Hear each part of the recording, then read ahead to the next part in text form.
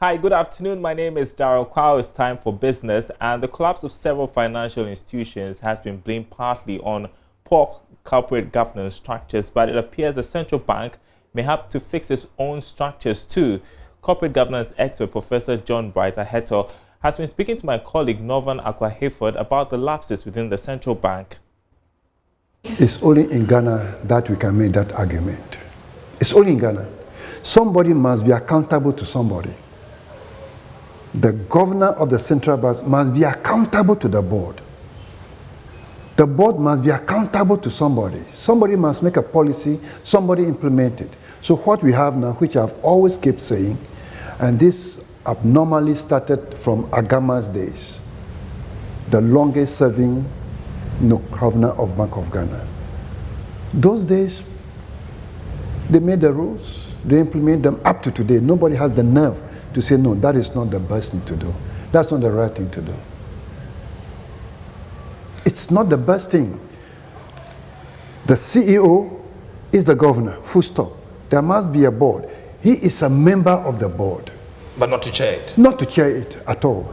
You cannot see, you cannot set a goal for yourself and come and measure yourself and then evaluate yourself at the end that you have done well. Where? Would that not undermine the independence, as some have said? No. The board is independent. The board is independent. The monetary policy is independent. It's independent. It's not manned by government. Now, scores of people at Elmina have hit the streets to impress on government. They need to do something to save the Group Indom's companies. Now, the protesters are concerned government is looking on and doing nothing about the businesses that feed many people in Elmina. Richard Kojonyako has more. My background speaks volumes about what is happening here. Close to 300 people have been protesting on the street of Elmina today. It's been 4 hours of protest at Elmina. A concerned resident of Elmina who relied on the jobs provided by Dr. Papa Kwesi Ndom.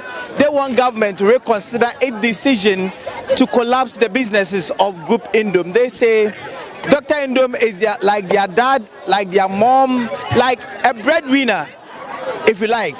And so collapsing the businesses would affect them. It has a lot of incalculable consequences on them.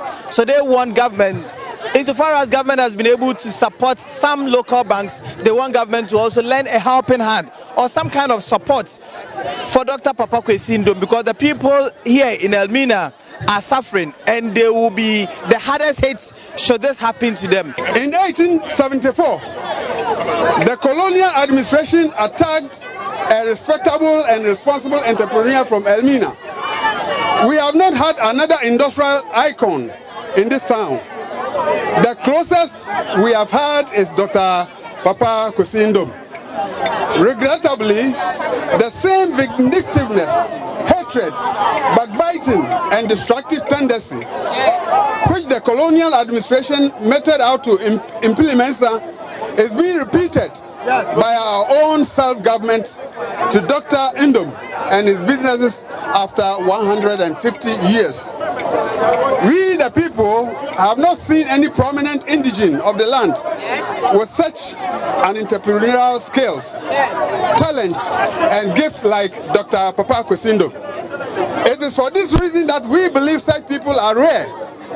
They are gifts from God and they must be protected and supported. We have also been speaking with some of the people that have been taking part in the demonstration. What's your name?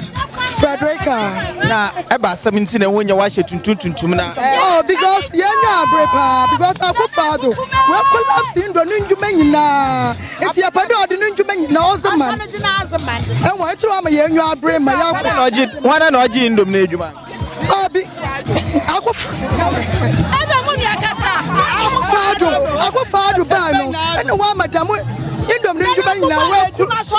This person says that government has deliberately collapsed the jobs of the Dr. Papa Kwesi Ndom and they want government to do something about it.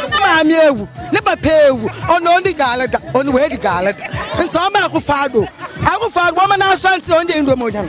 Now, soon as this app matter one magic. Adna, Munana, Muna, you copum on the Indomoyan. Now, you couldn't, but I labor or Indomoana when it's said, most of my time. He says that government should leave Dr. Papa Kwesi Ndom alone and allow his businesses to thrive and flourish. Because now, all the work they do, the businesses they do, those who are into sewing, they sew and the people never come back for their cloth or something. And so they want that to stop. They want government to rather support Dr. Papa Kwesi Ndom to succeed in his business rather than collapsing it. From the frontage of the Elmina Castle, my name is Richard Kwejonya Ako for Joy News.